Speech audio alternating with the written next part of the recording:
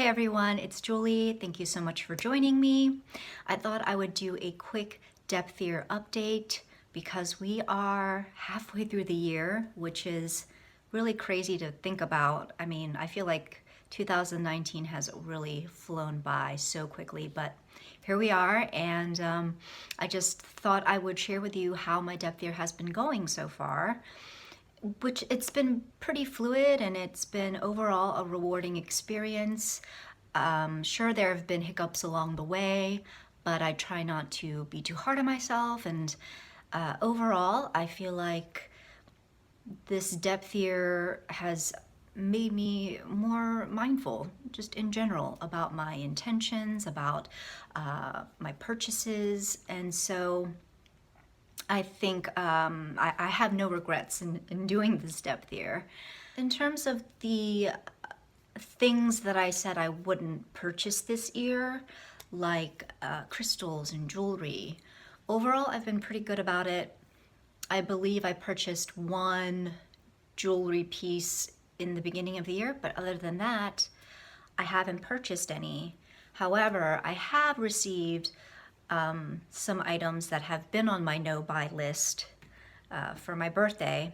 And if you want to check out my birthday haul, it's in the beginning of my June recap video, so I will link that. That is to say, I did not purchase these things such as jewelry and crystals and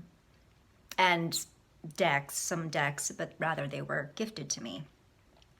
I have been having some struggle with my intention for going deeper with my writing.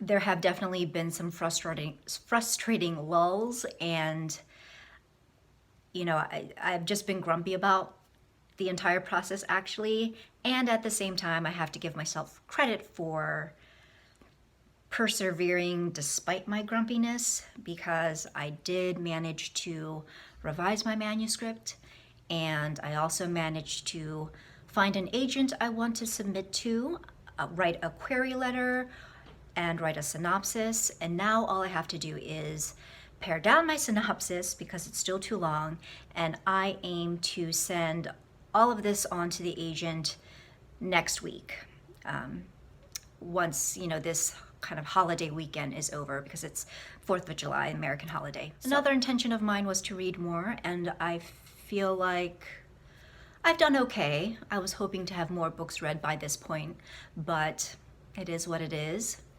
As for trying to borrow books from the library as much as possible, that has been hit or miss, mainly because of timing and the convenience of it. A lot of the books that I want to read are on high demand, and therefore there's a waiting list at the library for these books, and I can't get my hands on any of the books that I want to read. Even so, I haven't been spending a lot of money on physical books.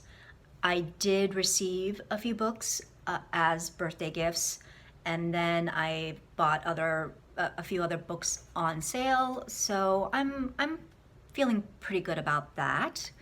On to decks. I've kept to my intention of, overall, I've kept to my intention of either one tarot or one oracle deck purchase a month. I think there was only 1 month where I bought 2 decks instead of 1. So I've been good there.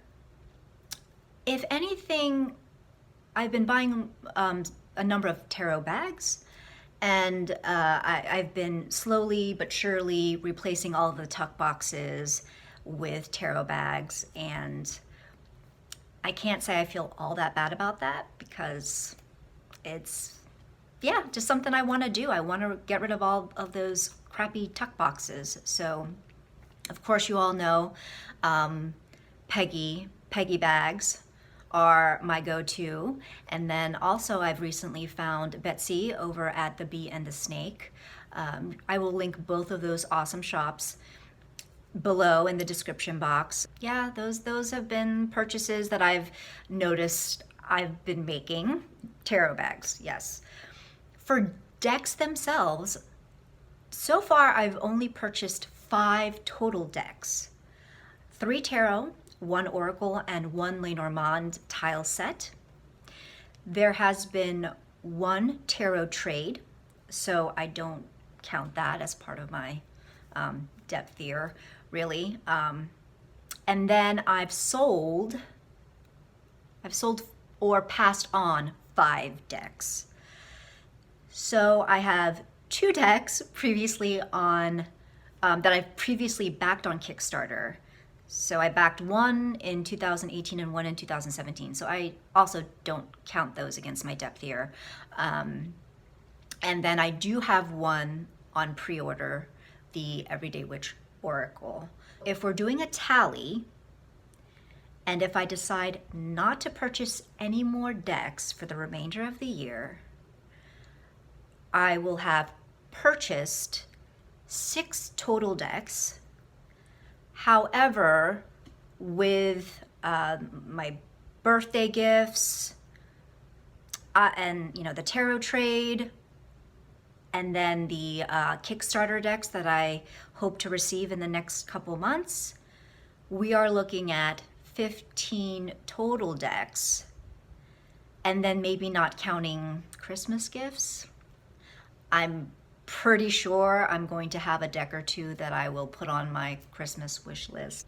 Do gifts count against depth here? I don't know, you tell me what you think. I feel like no. Because I have now so many decks to explore and work with, I have decided not to purchase anymore. You could maybe call this a VR to Lisa over at Supportive Tarot. She did an anti-haul video a couple months back where she talked about decks that she's not going to buy. And so I thought I would do the same. I will steal Lisa's disclaimers in that I reserve the right to change my mind. And anything I say is not intended to disrespect any of the deck creators. Obviously, there's a reason why these decks were on my wish list. It's because I like these decks. I like the art. In the past months, I've either eliminated them from my wish list, or again, because of this new intention not to purchase new decks this year, I'm holding off on buying these decks. So here is my little anti-haul. The first deck on my wish list was the Modern Witch Tarot. And this is an important deck. It's beautiful. It's a modern take on the RWS. It's inclusive and it's diverse in its depictions of the people. And I have to say that I'm going to agree with Lisa because she also mentioned this deck in her video. And I also feel that despite this deck being wonderful, another deck that does the same thing or similar, but just I like the aesthetic more, and that is the This Might Hurt Tarot. Again, I'm not gonna buy it this year. Maybe on my Christmas wish list, but if I'm going to decide between This Might Hurt Tarot and the Modern Witch Tarot, I'm going to go for This Might Hurt. Next one, the Mythic Tarot. This has also been high on my wish list, and if you've seen previous videos, then you will remember how much I've gone on and on about wishing that this deck would be reprinted. And what do you know? It will be reprinted this fall. But as I think about this deck, I realize that while I love the subject of Greek mythology, and that's been my main driver for wanting this deck, the imagery, while it's pretty, I'm not in love with the imagery. Next is the Sasaribito Tarot. This is a much beloved deck, another modern deck. And while the artwork is lovely, and some of the cards really do resonate with me, like for instance, the 8 of Cups, that was the deciding factor for me to actually put this deck on my wish list. The 8 of Cups, that card resonates with me so much. There are too many other images in this deck that I'm just lukewarm about. And so again, that's not enough for me to go ahead and purchase this deck. The Spirit Keepers Vitruvian Edition. I was very close to hitting the pre-order button on this deck, and I believe Benabel still might have a few that are available for purchase, but I ultimately decided against it because I am very much in love with the first edition that I have. I'm very bonded with it, and so I think that's enough for me. I think one is enough, one is fine.